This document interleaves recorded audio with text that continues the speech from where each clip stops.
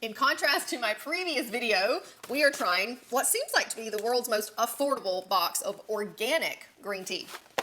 Here's the deal. I was at Walmart and I saw a giant box of organic green tea. Walmart is actually starting to have some organic things, which I find very, very cool. Go Walmart. I grabbed this. I thought, well, what the heck? If it's disgusting, it's only $4. But turns out it's pretty good. Just get your little tea bag, put it in a cute cup. By the way, here we go again. How cute is that mug? I got this at the Wynn in Las Vegas. This is like their signature butterfly.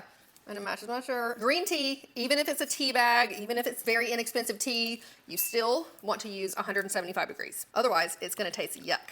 So there we go, 175 degrees. I have found that this one is actually a really good tea to have iced. It's been 3 minutes, so you want to literally remove the bag. Take it out of your tea. If you had it sitting in here forever, even if it was at 175 degrees, again, it doesn't matter what kind of green tea it is, whether it's really expensive green tea or cheap green tea, it's still gonna taste disgusting if it's in here longer than about 3 minutes. I'm on a mission to have people take the tea out of their hot water. It's really good. Uncle Lee, he has it going on.